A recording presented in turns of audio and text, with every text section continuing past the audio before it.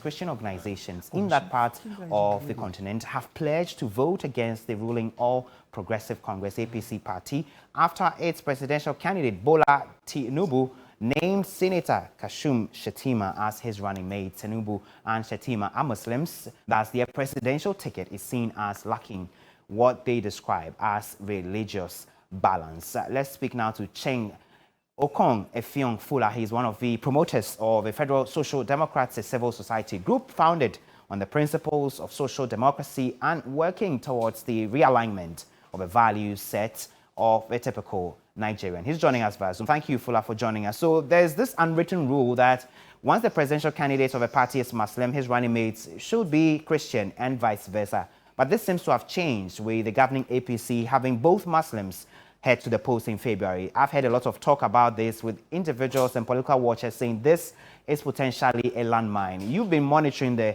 space in the country. What's been the talk about town?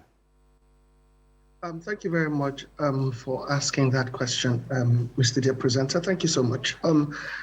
Yes, I'm going to talk to you from the idealistic point of view and from what's on ground today.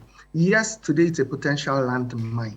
Yes, it is a potential landmine because of the way things have happened and because of the quagmire we are today in this country, we want to go with the federal character principle, like a general principle of balance. If the president is from the north, the vice should be the south and vice versa. And also if the president is Muslim, the vice must be Christian and vice versa. Yes, but if you look at it in all fairness, my personal opinion, I don't care the religion of the vice unless the vice has the capacity and capability to deliver. Right now, with the Bola Tinubu, you can't say so for sure. That's the truth. With the Bola Tinubu, you cannot say so for sure. He doesn't have the antecedents to support this particular position. He's bringing in Shettima because he's hoping to call an appeal to the Northern Bloc votes. Why? Because the Southern Bloc votes does not support Bola Tinubu. For real, first and foremost, we don't support him. We do not accept his candidacy and his candidature. He is going to go there and perpetuate same of same. But if you look at it logically speaking, what has a religious balance done for us? The outgoing administration had a Muslim and a pastor, a Christian pastor as his vice. What did they achieve for us? Yes, I understand that we've all defaulted to our primordial sentiments, where we want our communal clusters to be evenly represented.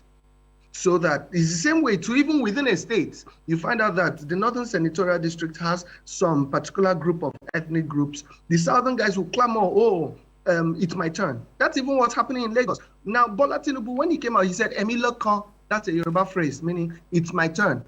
But we should not be operating a kakistocracy. We should be talking about a meritocracy. Right. Which is why the Nigerian youths have decided to walk away from our ancient primordial sentiments. The Nigerian youths have walked away from that, which is why we're all queuing behind a man called Dr. Peter Obi. And that will bring me to my next question, Akon. So I know that there's generally been a rising cost of living crisis across the world. In Africa, we are also facing our own crunch. In Nigeria, I understand the situation could potentially be a key determinant in the votes in 2023.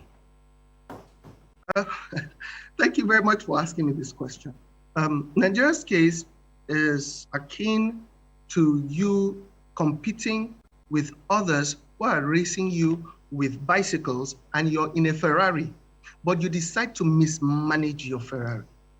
The global economic downturn has nothing to do with Nigeria's particularly dire economic situation. No.